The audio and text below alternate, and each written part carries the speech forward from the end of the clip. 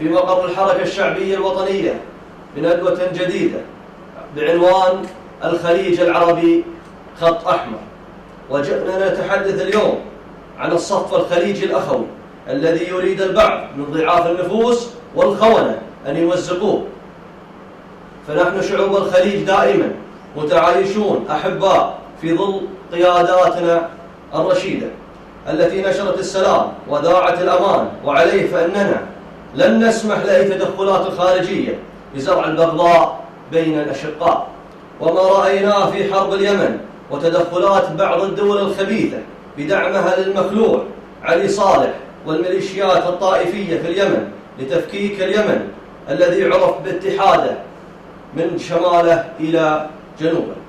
وهذه الدول الخبيثة لا تكتفي بل تريد تفكيك الخليج ونشر الفتنة، وهي تزرع أذرعها الطائفيين البغيضين أصحاب الفتن المؤججين الذين يفرقون ولا يجمعون.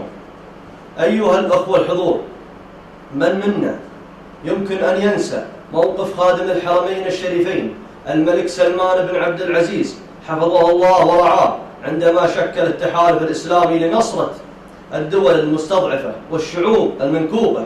ونحن كذلك نتضامن مع أشقائنا المضطهدين في جميع بقاع الأرض، ونتضامن مع المملكة العربية السعودية، ومن يمس المملكة العربية السعودية يمس الكويت وجميعنا في خندق واحد.